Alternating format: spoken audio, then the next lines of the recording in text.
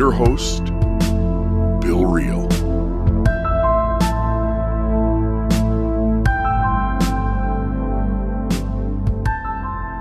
Welcome to another episode of the Almost Awakened podcast. I'm one of your co-hosts, Bill. And I'm Mekael. And we are excited to have you on, although we are going to talk about a dark subject today. We're going to talk about death.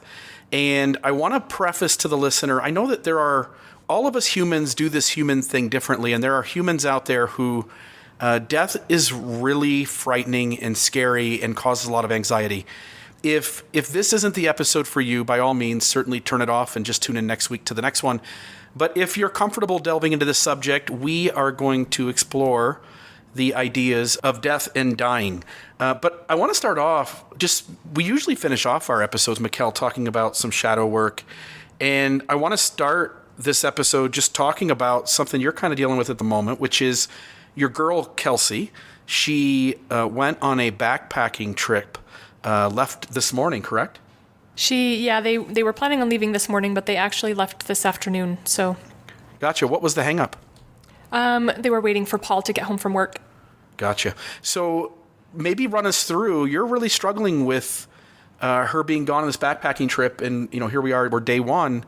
Do you mind just kind of telling the audience, what's going on inside? So this is the first time Kelsey and I have been away from each other for this long. So yeah, it's hard. I don't like it. Yeah, and I can tell you, so you and I are the same age. We're both 40, right? You're 40? Mm-hmm.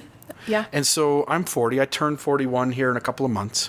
I can tell you, just to give the audience maybe a little bit of background on you and me, and to talk about that for just a moment, which is that you were in, again, a heterosexual marriage. You're a lesbian. You were doing what your religious system told you to do. So you really never had the experiences that, say, perhaps I had, where my relationship was at least on the healthy ground of I'm attracted to women and married to one. My wife's attracted to men and she's married to one. And I feel for you, because if I go back in time to when I'm 20 years old, 25 years old, 28 years old, my wife would come to me at times and say, hey, I think I want to go on this trip to go visit my family, or I want to go on this trip to go see, my sister and stay with her for a couple of days. And I was really struggling with that at the time. And it was really hard for me to let her go do those things. And I'm even guilty of having manipulated the situations in the past where I compelled her to stay, and she'll still bring up once in a while not having gone on this thing. And so I just want to, from a human behavioral standpoint, applaud the fact that it worked out. She went, you're struggling with it. But in the long run, what helped me a ton, and I'd love to hear more from you on this, but what helped me a ton was to just let her go on these things, and eventually to kind of learn I'm okay if I let her do that. Yeah. And so it's kind of a struggle. It is a struggle. And I think the hardest part for me is it's not necessarily the absence. I'm super glad that she's doing this, because this has been something that she really wants to do. And it's something that makes her happy. It's they're going to a place where there won't be any cell phone service for 3.5 days. And so it's really hard for me. Yeah, I get it. It'd be easier if I could talk to her.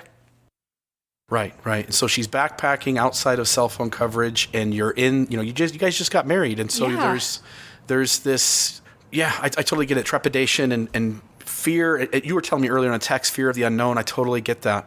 And so I want to honor that. And so as the audience is listening, I hope that all of you are going back in your own heads and maybe looking at your lives now, or looking at your lives in an earlier time, and realizing that when we are separated from those we love, especially in the first times those separations happen, it can be a huge thing to kind of deal with and reconcile. So we're going to hang out tomorrow night, though, right? You and me and my wife and some other good friends of ours, the Reeses, are going to hang out and have a really good time. Yeah, I'm excited about that. I am too. So today we want to talk about death. Let me start off, Mekael. Is death a really scary subject for you? Does it give you anxiety? It does give me anxiety. In fact, when I was thinking about this last night, I was thinking, this is one of the subjects that I avoid. In my head, I know that that's not logical, but if I avoid talking about it or thinking about it, then maybe it won't happen. And I'm not laughing at you. I'm laughing at like I do some of that too. Like if I just don't think about, like for instance, I got into a little fender bender the other day. It was my fault. And the lady got my information. I got hers. She drove off. And the husband and the wife called me later that night and said, we need to talk to you. And I just didn't want to deal with it. Like, if I don't deal with it, maybe it just goes away. Right. But the reality is it isn't going away. And when it comes to death, every one of us is going to, sooner or later, confront that moment, aren't we? Yeah, and that's I guess, more fear of the unknown, is just not knowing what's going to happen. You know, both of us are from a fundamentalist religion, and they seem to have all of the answers. And now that there's no answers, that's more scary to me. Yeah. What do you think happens at death? What is your perspective today, having deconstructed a religious system? Now you're on the other side where you realize nobody has great answers to these existential questions. What do you think happens at death? I don't know. You know, Kelsey and I were talking about that today, and that's the frustrating part, is there's so many different ideas out there, and there's so many different perspectives that I really don't know what I think. What I hope for is that it's peaceful. I hope that there is something afterwards, whether that's, you know, a spiritual realm or as like energy. I don't know. I just hope that there is something afterwards, because I do want to continue experiencing all that there is to experience. Yeah, I am not bothered so much by death. I've kind of come face to face that my own personal view is the light just goes out, and I don't have any trepidation over that. What I am pissed about is that the last 3 minutes of our lives, most of us, I don't think most of us go out peacefully. Does that make sense? It does. And, you know, as a nurse, I've experienced that, taking care of people who are dying or who are close to dying. And as comfortable as you try to make them, some people just don't go peacefully. They struggle. And so that scares me too. Yeah, in fact, when I will sit and watch TV with my wife a lot of the times, and as I'm watching TV shows or I'm watching movies, but as I sit and watch a television show, as I sit and watch a movie where somebody has an unfortunate, untimely end to their life, like I go into a state of deep despair for about 5 minutes, where all I can think about is at some point I'm having a lot of fun right now. Every day seems to be a blast. Every weekend is like, can't be any better than the last one. And it turns out to be better than the last one. But at some point, I have to face those last 3 minutes. And we also have another friend who's in the medical field. This gentleman is a firefighter / paramedic. And I said, be honest with me. I said, tell me, is death as peaceful as most people make it out to be? And he goes, no. He goes, no, I've watched a lot of people die, and very few of them seem to have the lights go out in a peaceful way. They struggle to maintain life, and it is not. Those last 3 minutes are horrendous. That pisses me off. It pisses me off, and it scares me, because you want to go peacefully. You want to transition peacefully. You want, you know, in my head, the story that I tell myself is that I want it to be happy, but my mind thinking it isn't going to make it so. If I were to ask you the word death, like just being dead, versus the act of dying, that final moment of life giving way to something else, what are your thoughts as you compare those two words to each other? What are your thoughts on death, and what are your thoughts on dying? Are you more scared of one than the other?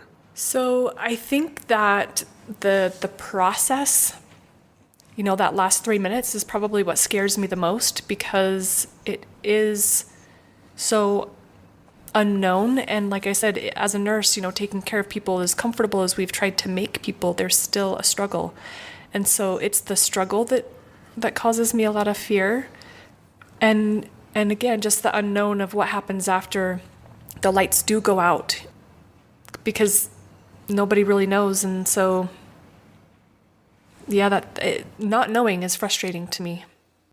But I think, you know, there's lots of ways to be dead, not just the physical act of, you know, your life ceasing. We walk around dead in lots of ways. So that's interesting to think about too. Yeah, no, that is. I wasn't planning on going there, but as you mentioned that, as I think about the idea of not living, not finding value in your life. Like I know people. I just had a lady message me today who is connected to you and me. If I named her, you would know who this is. And she texted me several thoughts on death because she knew that's what I was going to cover next. And she said, look, there have been times in my life I wish I was physically dead because I was emotionally dead. I was dead in terms of relationships that I valued, and I was essentially among the walking dead because life wasn't worth living even though I was alive. Yeah, totally. There's been times I felt like that myself. Have you ever lost a loved one close to you, or is that something that at 40 that you haven't quite experienced yet? No. So the first death that I remember was when I was about, two that kind of stand out as a kid. We were in a car accident when I was 7 and lost a little sister that my parents had adopted. We'd only had her for a year, but still, that was my first experience with with death. Do you mind?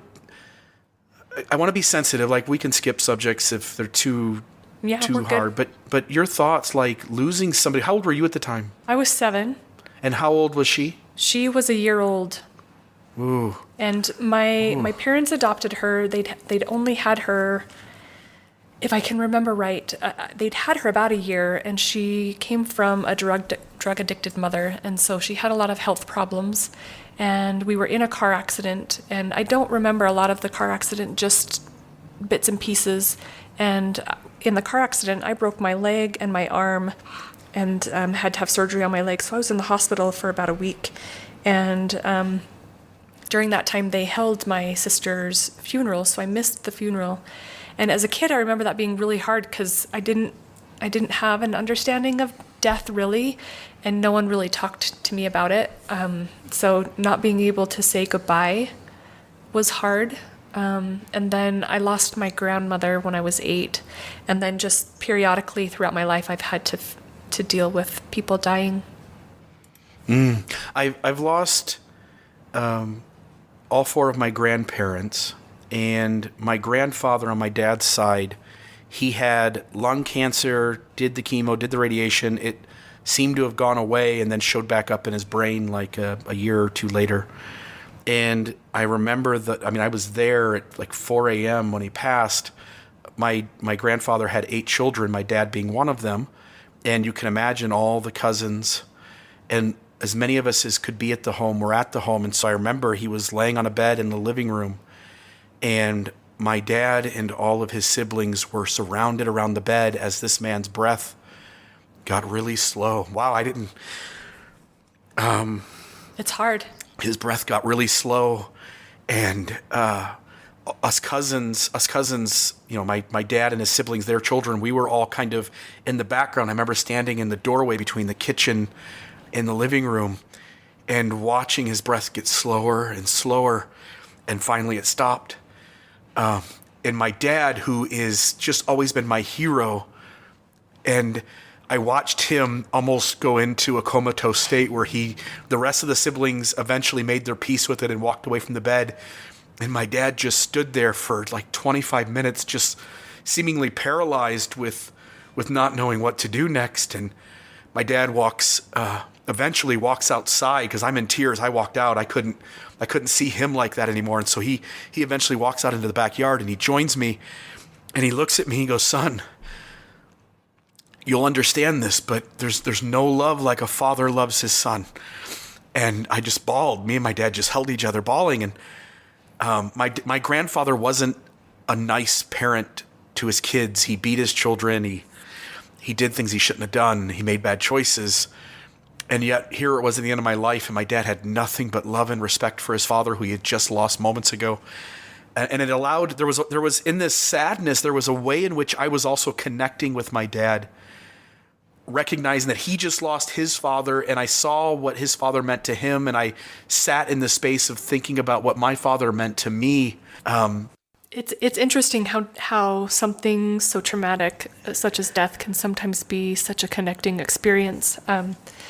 I was telling Kelsey, as a nurse taking care of people who are dying, in some ways it feels like such an honor to me to be able to help people transition. And make sure they're not alone, make sure they're comfortable, to help try and make things as easy as possible. So to be with people in their last few moments of their life is honoring for me, and like I said, it can be super connecting for families and loved ones. Do you have any thoughts on how we as humans can do a better job being, I guess, more comfortable? I don't think we're ever going to be comfortable. I think we all, to some degree, anybody who says, like, I'm not afraid of death, like, I'm like, Yeah, okay. they're bullshitting. I don't believe you, but, and again, maybe people are not afraid of death. I'm afraid of death. I'm afraid of dying. Any thoughts from you on how we humans can get more comfortable with death? I think we have to talk about it more. We have to talk about it more with each other and with our kids, especially because if we talk about it and we view it as just a part of life, because it's inevitable, it's going to happen to all of us, then I think that it can help make things less scary, and make things more comfortable. And I don't know, I think that you have to be as prepared as you can.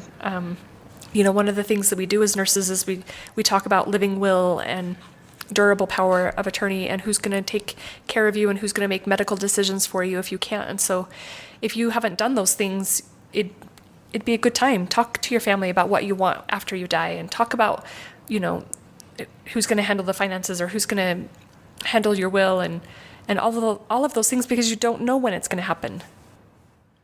Yeah, I'll tell you another thought I had as you were saying that, which is that we humans have created rituals. We've created not only myths, which we've talked about before, but we've created rituals around those myths. And those rituals, they're based in various belief systems. Like, for instance, since we're talking about death, take a funeral.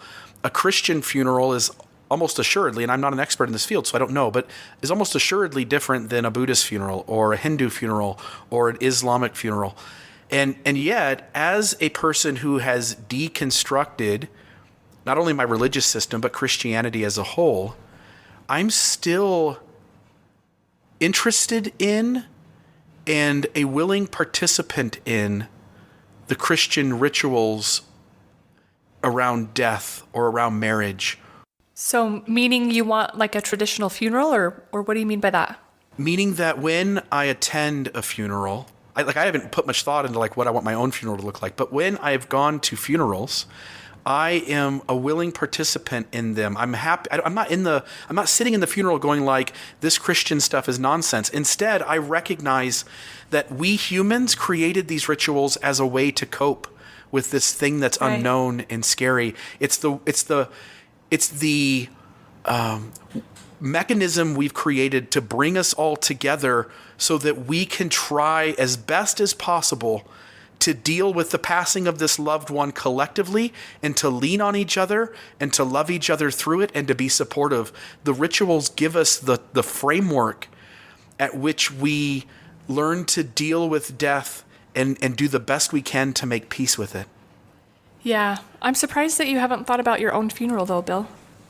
Yeah, I haven't. I don't know what I want that to look like. In my best guess at what I would want to sit down and kind of spell that out as, I would just want my friends and my loved ones to have fun. I would want them to take a night and celebrate my life by laughing and, man, wow, and enjoying like the conversation around how I lived.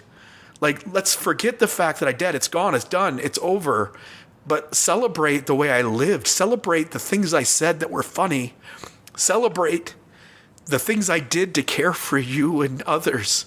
Like, celebrate the good and have fun and laugh, because how we live seems to be like the way I don't think about death is I have fun and enjoy my life. But I know as I get older, I've got a mother who is sick, and it is forcing me to think about her life and the end of her life. And it's forcing me to think about like how we think time stands still, and we think that if we just pretend it goes away and it never shows up. And the reality is every day we're one day closer. And at some point we're like a gallon of milk. There's an expiration date and we may not see the ink on the outside of the carton, but it's coming. And I think the best way we stem it off is by living the best we can. And it's not easy for everyone. Some people have really severe trauma. Some people are dealing with really big abuses and things in their life that make day-to-day living extremely difficult. I don't want to diminish them. But man, living, like having fun and smiling and laughing with your friends and do the best you can to live presently and to enjoy life as much as possible. Not that it's easy. I'm going to let you talk for a minute because I'm going to go wipe the snot off my face. So when I was in nursing school, one of the things that we had to do was we had to watch a series of videos by a death researcher named Elizabeth Kubler-Ross. And she studied loss, grief, and dying. And she's got several really, really good quotes. And one of them that I found today says, "It's only when we truly know and understand that we have a limited time on earth and that we have no way of knowing when our time is up, that we will begin to live each day to the fullest as if it were the only one we had." And, I really liked what you said about just living life because we don't know how much time we have. And sometimes that's hard for me to do because I get worried about the day-to-day stuff and I get worried about bills and kids and work and all of the other things. But it just reminds me of, previous podcasts where we focus on connection and being authentic and looking for ways to start awakening because this is all we have. Yeah, I'm thinking about the five stages of grief, right? Of loss: denial, anger, bargaining, depression, and acceptance. And there are certain behaviors that seem strange to me. And I'm going to point to my mom, and I do this with the utmost respect. And I feel like so often we're so hesitant to talk about death or the folks in our life who are alive presently but are dealing with serious health issues and where that is at some point here on the horizon. And I'll tell you from my mom's perspective, she's living in this space where it feels like she's somewhat still kind of stuck in denial. She doesn't want to talk about it. She doesn't want anybody to know what her health issues are. She's just very private about it. And I think, like, how would I do that? How would I do this thing called being sick or dying? And in my mind, I would want people to know. I would want closure with everyone. I would want everybody to make peace. I would want to be able to apologize for anything I did wrong. And I would want others to be able to have the chance to apologize if they felt like they wronged me, and to make space for us to all say, like, look, we've all screwed this thing up called being a human. Let's do the best we can to make amends and to let each other know we love each other. And yet on some level, every one of us does this thing differently. What has been as you've watched from the medical field, what has been your experience watching people go through this process and the differences in which people handle it?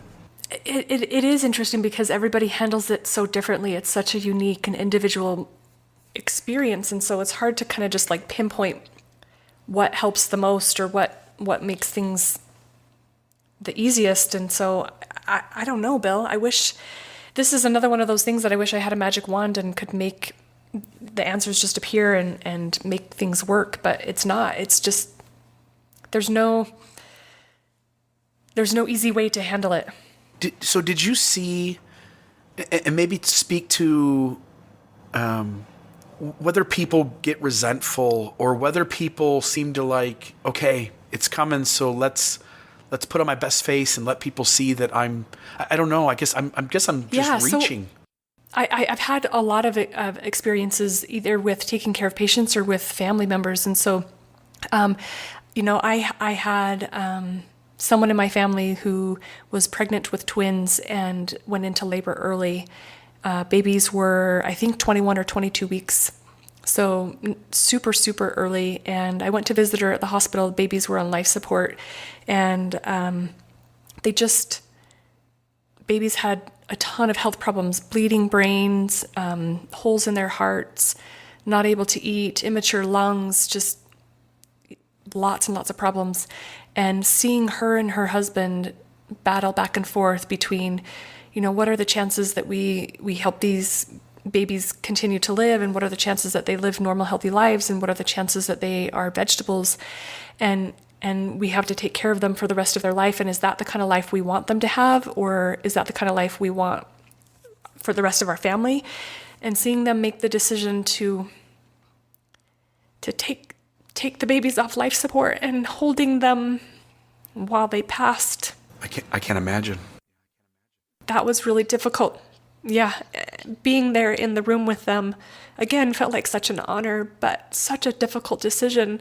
And then I've seen patients who know they have a terminal illness and they know that they're going to die and they know that death is coming, who are peaceful and they look forward to it because in their minds it's going to be a release of the pain and the suffering that they've been through. And again, I don't know what makes one person accept the reality of death more easily than another. I think it's such a personal choice and such a personal decision. And I think it plays heavily on what you believe and what you think is going to happen after death. Again, when I was in my religious system, I didn't really think a whole lot about death, but I wasn't afraid because they had the answers.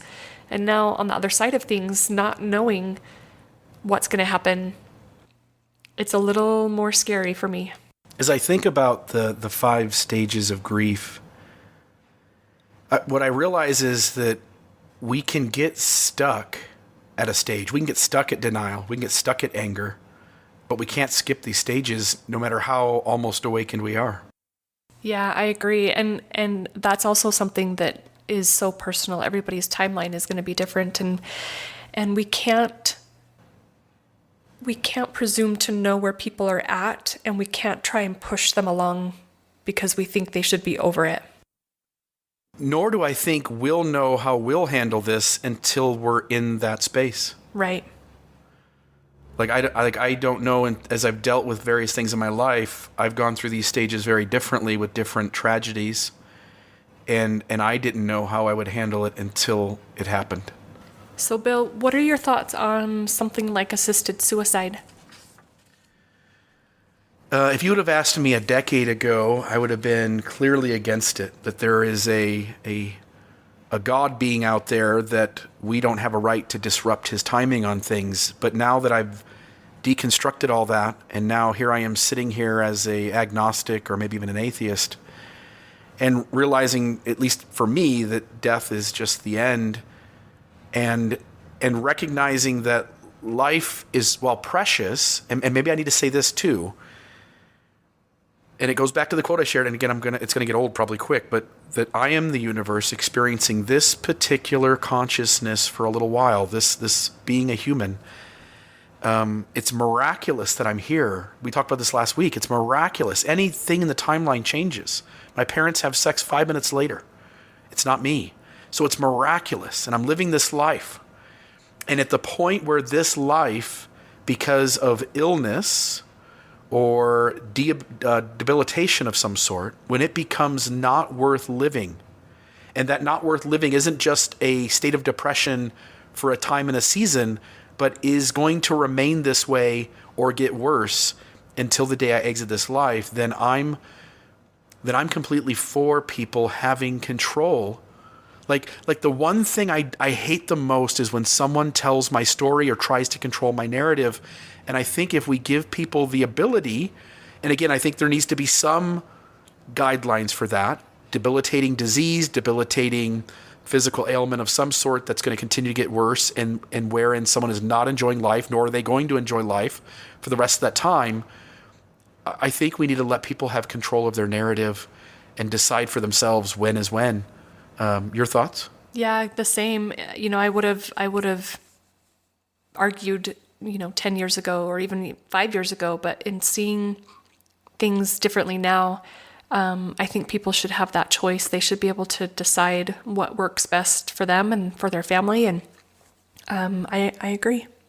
I remember watching a documentary about a lady who had a serious illness, and it was one of these illnesses that was going to continually get worse, but she was okay in the present moment, and she lived in a country where you did have control over your own life in that way. And so she was able to procure a pill to have a pill that whenever she took it, she would die. And she just kept it in her purse. Wow. And yeah, and so essentially when she decided, like, okay, this is it. I'm to the point where tomorrow I may not be able to have enough control of my body to take this pill, and things are continually getting worse and they are bad today. She could pull that pill out of her pocket and take it at any moment. I think to some degree, I think people need to have that kind of power over their lives. I think we need to let people decide how they exit this mortality. Yeah, I agree. Your thoughts too. Do you have any, again, we're not experts. We're by no means is this subject something we're like, hey, we can offer good advice. No. Not at all. I just think it helps to talk about it. But your thoughts, are there any suggestions from you on ways that we can work through grief, whether you're the person dying or whether you're the person who's trying to support a loved one who's dying? That's a really good question, and I wish I had some good insight, but I don't. I think that, again, the more prepared you are in prior to bad things happening, the better it's going to be, and the easier it's going to be for family members or loved ones to make certain decisions about what happens after you die. But as far as grieving, and I don't know. What are your thoughts on that? So I'm in the same place you are, where I don't have a ton of suggestions, but one thing I did do is just go and pull up a couple of websites that had good suggestions for this. Let me read a few of these out, and if any of these stick out as I go through them, stop me. And I did mention Elizabeth Kubler-Ross, who studied loss, grief, and dying. If you don't know her stuff, maybe look that up too. Cool. We'll make sure we put some links to her work in the show notes so that people can check that out. As I came across, there were two websites in particular, and I've put those in the show notes. People can go read those, but here were their suggestions. This is a combined list. And this is mainly for people who are dealing with the immediate loss of somebody they love, somebody they care about, and they are going through the grieving process. Seek out caring people. Express your feelings. Take care of your health. Accept that life is for the living. Postpone major life changes. It says be patient. Seek outside help when necessary. Like, we kind of live in a world where we're like, okay, this is how life happens, deal with it. And the reality is, I think every one of us, like it should be provided for every human the ability to go see a therapist as needed. Yeah. Right? So I think on some level, if you have some struggle emotionally with this, don't hesitate to seek outside help. It says here, join in rituals. So there's that idea of participating in this communal celebration of life and communal mourning of what is now gone. Let your emotions be expressed and released. Talk about it when you can. Like, you can't talk about it all the time. There's times where I can talk about tragedy, and there's times where I just need to be left alone and be allowed to kind of just mourn inside my own sacred spaces. Yeah. Talk about it when you can. So preserve memories. Like, I go back in time, and they used to make death masks, and they used to lay the body out in the home for a week or two to allow people to have some closure. Today, we live in the modern age of being able to have photographs, but there's other things we can do. We could take time to interview, record our own conversation about our life, things we want to pass on to our loved ones, as well as if you know someone who's dying, you could sit down with them and collect their memories of their life. So there's that kind of thing. There's also joining a support group. So there's support groups for people that have cancer. There's support groups for loved ones of people who have cancer, for instance. Find a place to be able to feel safe and to talk. Any thoughts from you on any of those or anything else that came to mind? Yeah, the other thing that came to mind is sometimes we don't know what to say to someone who's grieving or to someone who's lost a loved one. And I think that it's important to acknowledge that. You can say, like, I don't know what to say right now, but I'm sorry and I love you. I'm just thinking of, my 10-year-old, gosh, sometimes things are hard. My 10-year-old had a kid in her class who was diagnosed with brain cancer last year, and he recently passed away. And Kelsey and I went to his viewing, And that was one of the things that his mom said. She said, people just don't know what to say. They don't know what to do, but it can be simple things like just sending a text as simple as, I'm thinking of you today, or I know today's a hard day, sending you my love, or taking people out to lunch. Just by not saying anything, people feel like you don't care or that you are forgetting them. So if you don't know what to say, it's okay. Don't not say anything. You're a cool cat, because you're hitting on, I also checked out kind of if you're dealing with someone who's lost a loved one and how you respond to that. It's some of these things you're saying. It's share the sorrow. Don't offer false comfort. We sometimes think like what helps people feel better is to tell them that their loved one was needed more on the other side. Yeah, that's bullshit. Right. Or it was for the best, or you'll get over it in time. Those kinds of answers are not helpful. They're not. And I think this is part of what comes out if we start having conversations around death and dying. We can collectively as humans learn from each other that the things we've done, the ways we've done it, aren't really helpful. They don't work.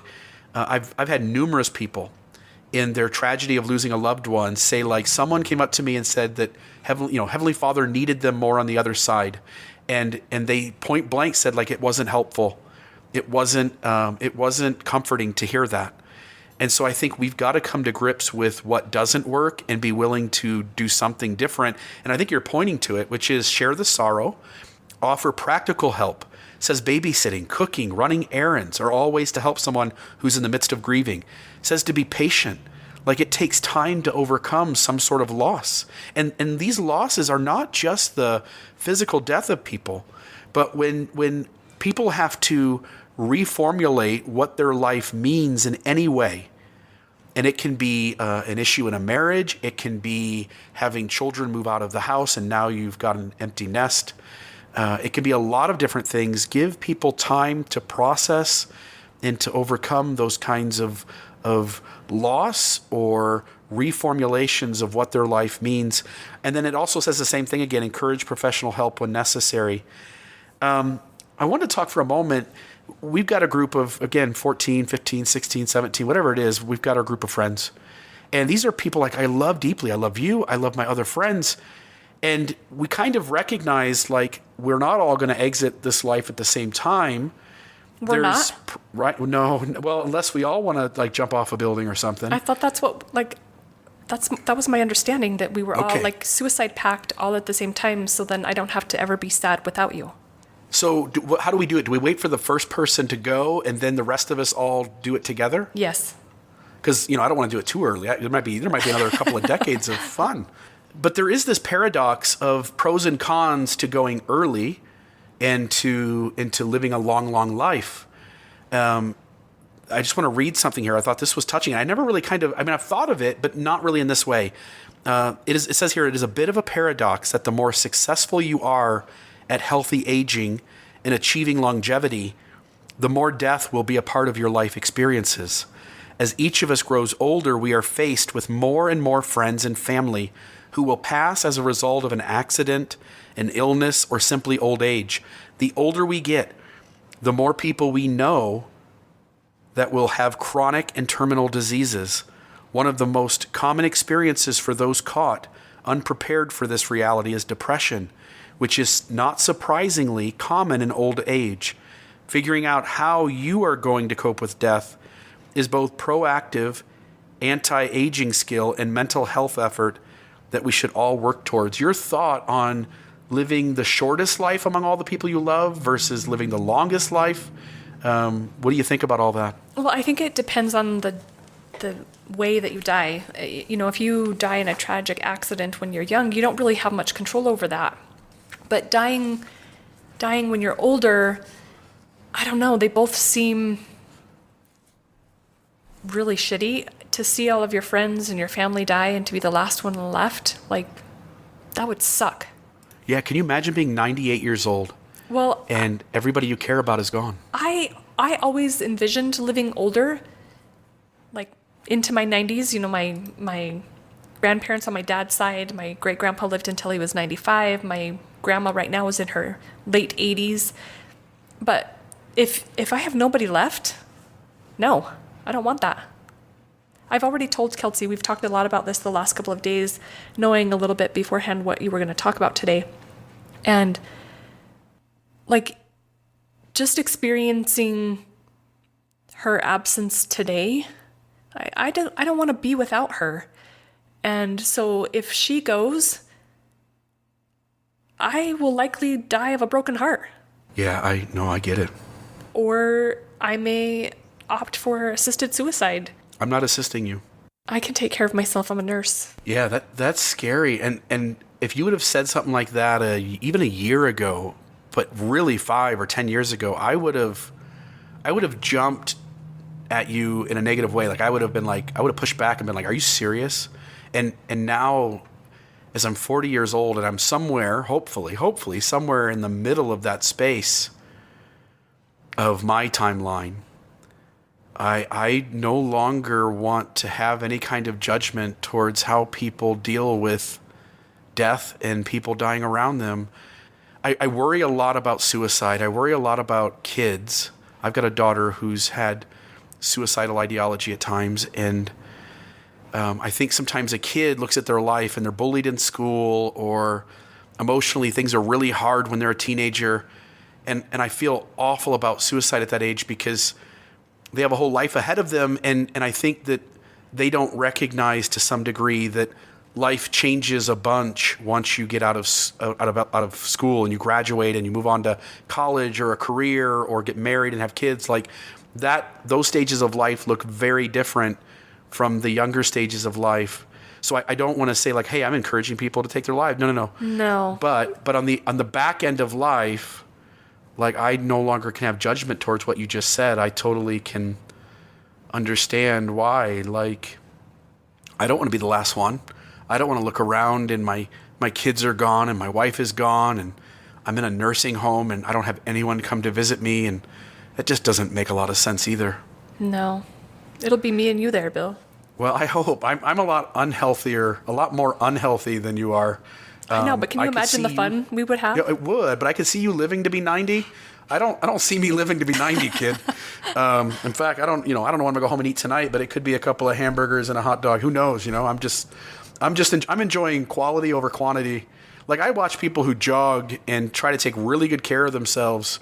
We got a friend. They still die. Who just ran 317 miles in 8 days. He just, again, I know he enjoyed that and he's going to argue with me, but he just wasted 8 days of his life. Running. He could have been at a party with the rest of us having a cold drink and enjoying a few extra laughs, right? Yeah. So these people who exercise all the time, they go to the gym for 2 hours a day. Like, maybe I live 5 years less than you. Maybe I live 10 years less than you, but I think you just spent 10 years at the gym. Probably. So I'm not sure. I'm not sure if that's a win or not. Oh. Your thoughts on exercise? We should all exercise. Yeah, well, maybe. I'm probably not going to start though. Bill. Just not my style. We've had this conversation before. We have, but I got bad knees and stuff. Like Excuses. Yeah, that's what it is. I'm making excuses. Plus, I like eating. I have a quote about excuses. Do you want to hear it? Sure. It's something my dad used to say all the time. Excuses are like buttholes. We all got them and they all stink.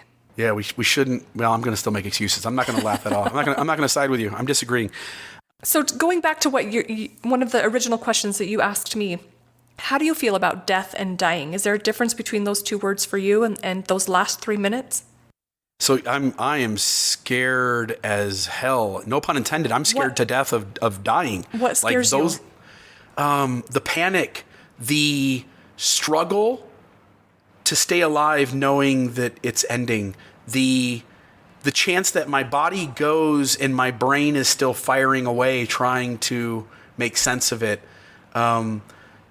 the pain of a heart attack or a stroke or an aneurysm, which is why you should exercise, and trying to come to grips with that, or having cancer in the final stages and everything just hurts. No, the act of dying is deeply problematic. Now, I will say this: the actual being dead, doesn't scare me, but there's a little bit of being pissed there too, because we humans are conscious. We do have memories, and Right. So what happens to those? what do you I think they think? go. I think they vanish. I think they're gone. And then a generation or two removed from us, nobody even remembers us, right? Like, how much do you really know about your great-grandparents? Very little. So it's like the movie Coco. Like the movie Coco. Yeah. You've seen that movie? The cartoon, right? Yeah. Yeah, I've seen it. You have to tell the audience, though, because whether I've seen it or you've seen it, there's 4 people out there who haven't. Well, then I guess they'll have to watch it if they want to know what we're talking about. Okay, so we'll just skip Coco. No, yeah, in the movie Coco, if your picture is not put up on Dia de los Muertos, you're forgotten and your soul basically vanishes, and so you have to remember these people. Mm-hmm. And yet, let's be honest. Again, by the time you get to your great grandchildren, you're gone. For all they don't like. Yeah, they might know your name and they might have a story or two, but you're gone. You're forgotten. And so we're going to have to make peace with our consciousness ending, perhaps. Make peace with those behind us not being as able to remember or as affected by us as we think. And on some level, like, we get to make the world the best place we can, but then we're gone, and a few generations later, nobody even knows. Like, it's even famous people to some degree, like, over time, they just become forgotten. yeah. Bill, there's some people who've had near-death experiences or who say they've died and come back and have had a peaceful or positive experience. How do you explain that? Or what are your thoughts on that? Yeah, and I've from a second hand experienced one of these where my grandfather, in his final 2 weeks of having cancer, he was an atheist. He absolutely, no ifs, ands, or buts, did not believe in God. He gets into the final 2 weeks of his life. He's in his room one night, and he's 80 years old, 76, 77 years old, I think. And his younger brother died in a car accident when his younger brother was 19 years old. And he had a experience where he perceived his 19-year-old brother. This brother visits him still in the form of a 19-year-old self, and says he's there to help him cross to the other side. My grandfather then brings his wife in and tells my grandmother, says, "You can go ahead and have a religious funeral now. I just saw my younger brother Kenny." And my grandfather became a believer in God in the last 2 weeks of his life. Now, you're asking me what I think. What I think is that there is a lot of potential inside the brain to have these events happen, to the point now where we've done enough science in the last decade or so where we can do certain things with electricity and current to the brain to have people perceive certain feelings, such as being outside their body, such as being above their body, and even perceiving their body as away from their own consciousness. I was listening to some audio today from Neil deGrasse Tyson. I'm going to say his name wrong. And in the video, he talks about, people see a tunnel of light, but that makes sense when they're on a hospital bed and there's lights right above their head. And I think people within various religious systems have the religious experiences that their systems tell them to have, whereas people from Islam see Allah or Muhammad, and Christians see Jesus. Buddhists see something different, and Hindus see something different. I think it's our brain at the very end making attempts to make sense of what's happening and to preserve itself. We also know that there's the pineal gland in the brain. It's called the spirit or God molecule, that it gives off DMT, and we know from certain studies that it's believed that infants, as well as people in the final days and weeks of their lives, that gland is firing, and that gland produces a chemical, DMT, which is highly hallucinogenic. I think there are rational explanations for near-death experiences, but I'm also still willing to admit I don't have the certainty, and I'm open, although I doubt highly, that there's any reality to those experiences. What are your thoughts? Yeah, I just in my experience in nursing have seen people similar to what your grandpa experienced, to have seen loved ones, coming back for them or trying to assist them in crossing over. And I think that if that is what brings you peace, then by all means do what makes you happy and what brings you peace. But for me, I'm in the same boat. It's uncertain, it's unknown, and so I don't know what's going to happen. What are your thoughts on,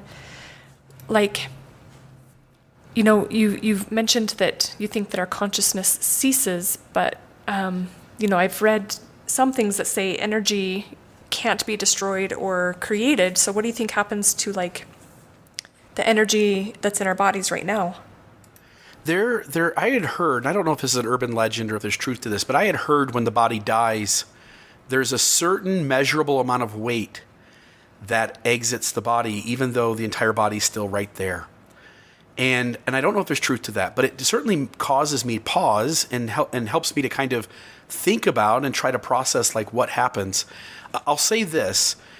If whatever's on the other side, anywhere from a dirt nap to energy goes on and assimilates with other energies, whether it's reincarnation, regardless of any of those options, if I don't get to take my memories, my consciousness, my memories and awareness of what experiences I've had in this life with me, then I don't know that I really care. In other words, if I get reincarnated and I'm reincarnated as another human or a cow or whatever, it doesn't make any sense to me that that's going to bring me any comfort if I'm now a cow without any memory of what I was before. Let's just say I'm reincarnated right now. I was a Civil War soldier in my past life. There's no comfort. It just doesn't do me good. You have no recollection of your previous life, and so what purpose what does use it serve? is it? What's the purpose? I've had a ton of fun. My life has been good. My childhood was good. My adulthood's been good. I've had so much fun. I enjoyed learning. If I don't get to take those things with me, if I don't get to take a memory of my mom, if I don't get to take a memory of my dad, if I don't get to take the memories of my kids, if I don't get to take the memories of my grandparents and my friends, what's the point? It doesn't really serve any purpose for me. So I'm only willing to call it positive if I get to take my experience with me, at least to the degree of when I do get to the other side, I get to share the same space with those that I spent time investing my love and my care for, and they invested their love and care for me in this life. So if there's no afterlife, then what's the purpose of even being on the earth and existing right now? Yeah, so I've had to reevaluate that, and I want to hear your answer on this. Let me have you give your answer first, because otherwise I'm just going to drone on for a bit. So tell me your answer first. What is the purpose of this life if there is no afterlife? Yeah, that's something that I'm still trying to figure out, trying to understand. But I think that some of the things that you've pointed to today, just connecting with people and having a good time, as best of a time as we can while we do have this limited space. I think that for me, that's what my goal is, to connect with my kids and pass something on, something that's meaningful, whether that's knowledge or simply just letting them know how much they're loved, and doing what I can to try and make the world a better place for those who will still be here after I go. For me, I think that that's what my purpose is, and however I can best fulfill that, that's what I'm going to try and do. Yeah, once I, again, grasp this idea that we're on a flying rock, and this flying rock's been flying for 10 billion years, and it comes from, again, if we say our best guess is the Big Bang Theory, and so the universe is put into motion, and now there's this giant rock, and there's other giant rocks flying through the sky, but we're on this giant rock flying through the sky, and out of algae comes life, and all of a sudden, 10 billion years later, now there's humans walking around on a planet with consciousness. There's a recognition that on some level, the material that makes up us, that material is eternal, and that eternal perspective of hey, there was a universe before we were born, and there's going to be a universe long after we're gone. What I find to be the best purpose is to try and make this planet or this universe a better place. Let my life have a net positive impact on this universe, or at least this planet. And our friends were talking about, like, what's the purpose of life the other day. Here's what I wrote. I said, have fun and don't be a dick. Yeah. While helping us collectively as humans improve and learn and take better care of this flying rock we live on, as well as the other species that coexist here with us. And then I said, that's all I've got. That's all I've got is don't be a dick. Make the planet a better place. Have fun. Find people that you like and love them to death. Love them till death. That's it. Yeah. I wanted to really quickly, there's 2 quotes that I've got here, and then I'll just ask you what kind of closing remarks you've got, and we'll call this episode, we'll call it quits on this one. Anne Druin, she wrote this. She said, when my husband died, because he was so famous and known for not being a believer, many people would come up to me, it still sometimes happens, and ask me if Carl changed at the end.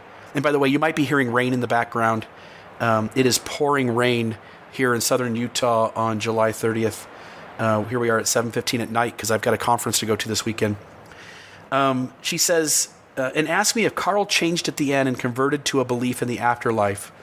They also frequently ask me if I think I will see him again. Carl faced his death with unflagging courage and never sought refuge in illusions. The tragedy was that we knew we would never see each other again. I don't ever expect to be reunited with Carl.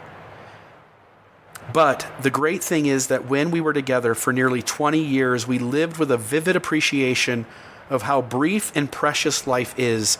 We never trivialized the meaning of death by pretending it was anything other than a final parting. Every single moment that we were alive and we were together was miraculous. Not miraculous in the sense of inexplicable or supernatural. We knew we were beneficiaries of chance. That pure chance would be so generous and so kind that we could find each other, as Carl wrote so beautifully in Cosmos. You know, in the vastness of space and the immensity of time, that we could be together for 20 years. That is something which sustains me and is much more meaningful. The way he treated me and the way I treated him, the way we took care of each other and our family while he lived, she says, that is so much more important than the idea I will see him someday. I don't think I'll ever see Carl again, but I saw him. We saw each other. We found each other in the cosmos, and that was wonderful. Anne Druin. And then one more by Carl Sagan. I would love to believe that when we die, I will live again, and that some thinking, feeling, remembering part of me will continue. But as much as I want to believe that, and despite the ancient and worldwide cultural traditions that assert an afterlife, I know of nothing to suggest that it is more than wishful thinking. I want to grow really old with my wife, Annie, whom I dearly love, and I want to see my younger children grow up and play a role in their character and intellectual development. I want to meet still unconceived grandchildren. There are scientific problems whose outcomes I long to witness, such as the exploration of many of the worlds in our solar system and the search for life elsewhere. I want to learn how major trends in human history, both hopeful and worrisome, work themselves out, the dangers and promises of our technology, the emancipation of women, the growing political, economic, and technological ascendancy of China, interstellar flight. If there were life after death, I might, no matter when I die, satisfy most of these deep curiosities and longings. But if death is nothing more than an endless, dreamless sleep, that is a forlorn hope. Maybe this perspective has given me a little extra motivation to stay alive. The world is so exquisite, with so much love and moral depth, that there is no reason to deceive ourselves with pretty stories for which there's little good evidence. Far better, it seems to me, in our vulnerability, is to look death in the eye and to be grateful every day for the brief but magnificent opportunity that life provides. Again, that's Carl Sagan. Any concluding thoughts from you, Mekael? It's, in listening to your first quote, I think that there's parts of it that are hard for me to hear because, in saying goodbye to Kelsey today, it's silly because she's going to be back. But to say goodbye to someone and have it be final seems not fair. It seems it's not fair. And I don't know how people come to grips with the finality in such a way that they can look back on the life that they had and celebrate it. I mean, there's lots of really good moments, but that doesn't overpower or overshadow the finality of never being able to see someone again. So it's hard for me to hear that. And yet I know that we have to celebrate each moment that we have with the people that we love, because it is so brief and it can be taken away in a moment. Bad things happen to good people. So how do we take those moments and live them to the best of our ability? So in conclusion, my answer to that would be, like that first quote, I used to, a decade ago, look at my life and the people around me as miraculous, but in a certain kind of miraculous. There's a heavenly being, and we were his children, and he sent us down to this planet to get bodies, and our job is to not only be kind to people, but to form relationships and to make sure those relationships are worthy of remaining intact after this life. And now I look at life, and it's just as miraculous, but it's a different kind of miraculous. Like the fact that I'm here enjoying whatever time I've got, it's like you say, it's not fair, and yet it's the fairest thing that's ever happened. Like it's no longer the miracle I thought it was, and yet it's a complete miracle for a whole nother reason. I'm just grateful for the time that I have to enjoy a walk in nature, or to spend an evening bowling with my kids, or to hold my wife at night. Like, I didn't deserve that either. It's beautiful. I think our responsibility is to be present and take advantage of every moment we have, because life is precious. And these relationships with people we care about are precious. So, Bill, why don't we just talk about this for just a quick second? Where do people go to get help if they're struggling with the loss of a loved one, or if they're feeling suicidal themselves? So with suicide, I would say immediately call, a suicide hotline, or reach out to somebody you love and have, your intuition says they care enough about you that they're going to step in and try to help you slow that thinking down. But again, there are hotlines out there. If it's something that's just like, hey, I'm depressed, I'm experiencing grief, what I would do is try to find a group out there that meets together, that is dealing with the same kind of issue that you're dealing with, so that you have a safe space to talk in.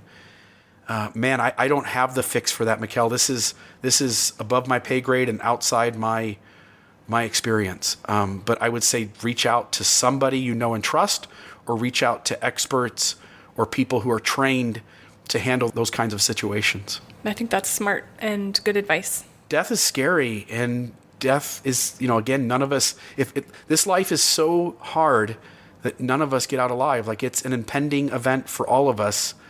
As we close out, I don't know if you have any other thoughts. I was just going to share what our closing song was going to be, and send people off with a chance to kind of process this in their own sacred spaces. Yeah, sounds good.